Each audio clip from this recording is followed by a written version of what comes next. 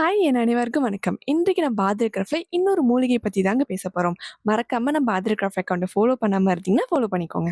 நீங்க எல்லாரும் அமிர்தா வாசனை குங்குலியம் பற்றி கேள்விப்பட்டிருக்கீங்களா? கேள்வி படலனா இந்த வீடியோ அத பத்தி தாங்க. மறக்காம பாருங்க. அமிர்த வாசனை மூலிகையை அந்த காலத்துல நல்ல மருந்தாகவும், நல்ல வாசன மூலிகையாவும் பயன்படுத்தியிருக்காங்க. முக்கியமா இந்த வாசனை நம்ம சுவாசிக்கிறனால இந்த கொலஸ்ட்ரால் ப்ராப்ளம், டைஜஷன் ப்ராப்ளம் இருக்கிறவங்களுக்கு வந்து ரொம்ப ரொம்ப ஹெல்ப்ஃபுல்லா இருக்கும் அப்படின்னு போட்டிருக்காங்க. குறிப்பா இந்த அமிர்த வாசனை மூலிகை வந்து நம்மளோட சுவாசத்துக்கு ரொம்ப ரொம்ப நல்லது அப்படின்னு ஆயுர்வேதிக் மெடிசன்ல எழுதியிருக்காங்க.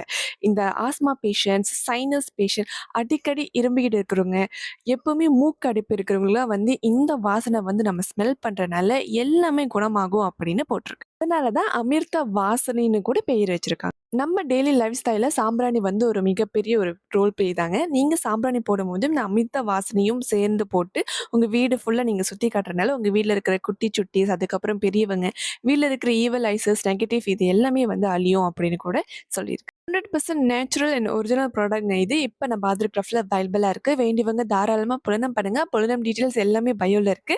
அது மட்டும் இல்லங்க, நம்ம வெப்சைட் லிங்க் கூட நான் பையில குடுத்துருக்கேன். நீங்க அங்க ரெஜிஸ்டர் பண்ணி பர்ச்சேஸும் பண்ணிக்கலாம். நன்றி.